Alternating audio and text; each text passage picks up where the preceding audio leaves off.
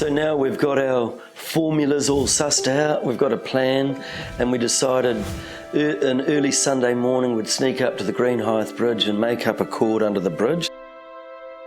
So we threw a weight off and watched it. It worked perfectly well. So now it was Chris's turn to jump first, and so he took out the old parachute harness from the wardrobe from 5 years before, and he jumped, just missed the water, bounced up, just missed the underside of the bridge, and it was perfect.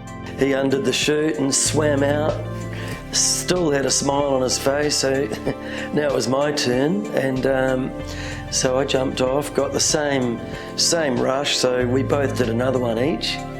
And we were so stoked and excited about the whole thing, we'd realised that these calculations and theory all actually worked after that, and so that's where the story began. We're now on a mission looking for bigger, grander sort of places to jump.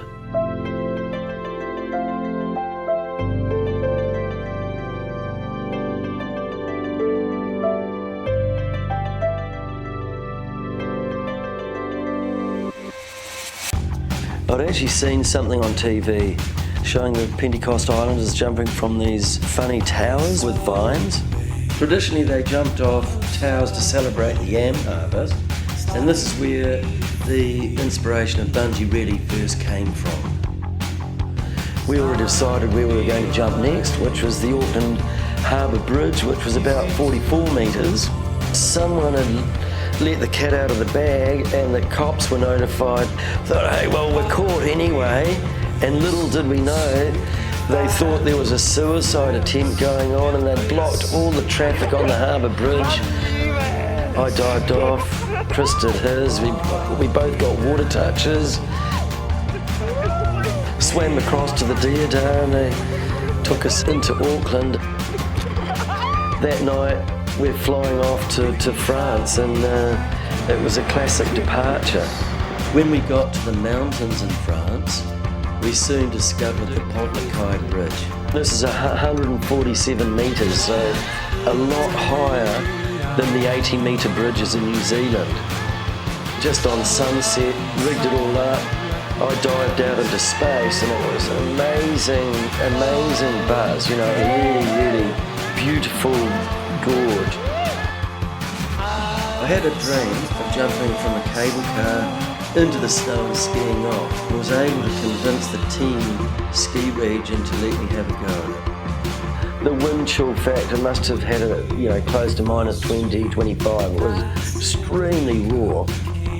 So we had it all set up, and I dived out of the cable car from the first jump, ended up hitting the snow big time. It was like the double punch into the snow to make a nice hole. Then I did 2 more jumps and wrapped it up. It was a really nice experience. When we first arrived in Paris, we drove past the Tour Eiffel, and I thought, wow, that's a really beautiful structure. I'd love to jump off this building, you know. The night before jumping from the Eiffel Tower, a team of us went up there, slept for the night. Next morning I jumped off and it was really amazing. The jump went perfectly, except I missed Sophie by about 3 metres, so I was a little bit upset about that, but really happy to pull it off. And then the gendarme came from everywhere. They couldn't figure out what was going on at all, and the rest is history, really.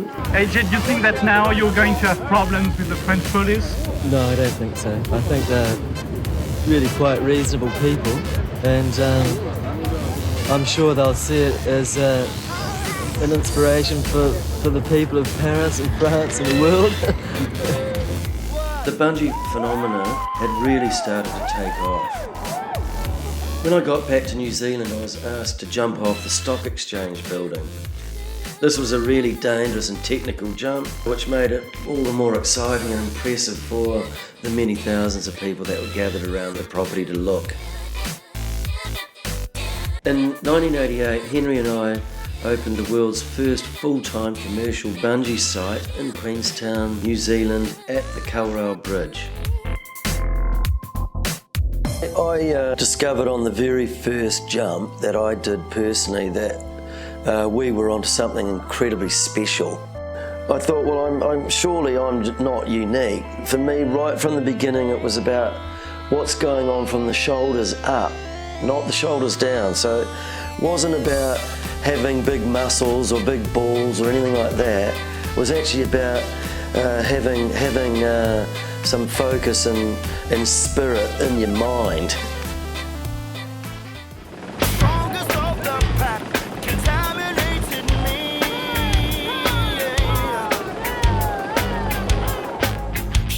We quickly opened up sites around the world, and I did a few other extreme jumps in some really cool places.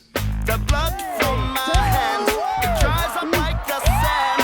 The whole of the man drips away from me.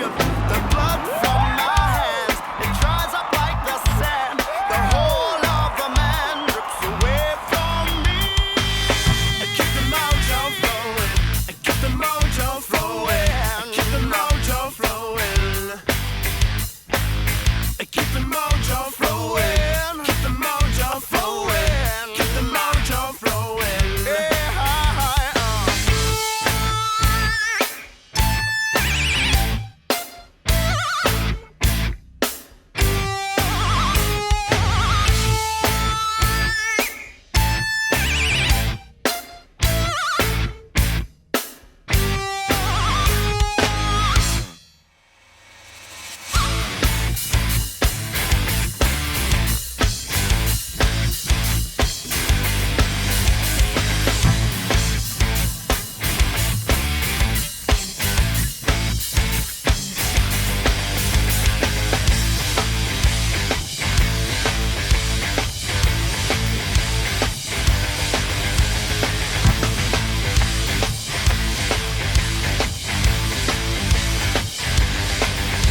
Hey, well, I really hope you've enjoyed our story. It's been an amazing run, and if you're anywhere near one of our sites, just pop in and see us and enjoy stretching your mind. Thank you.